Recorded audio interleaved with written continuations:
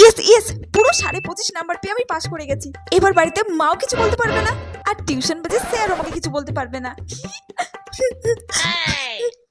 কি ব্যাপার, ও এভাবে কাঁদছে কেন? ও তো আমাদের ক্লাসের টপার। ওর রেজাল্ট কি খুবই খারাপ হলো? কি রে, তুই এভাবে কাঁদছিস কেন?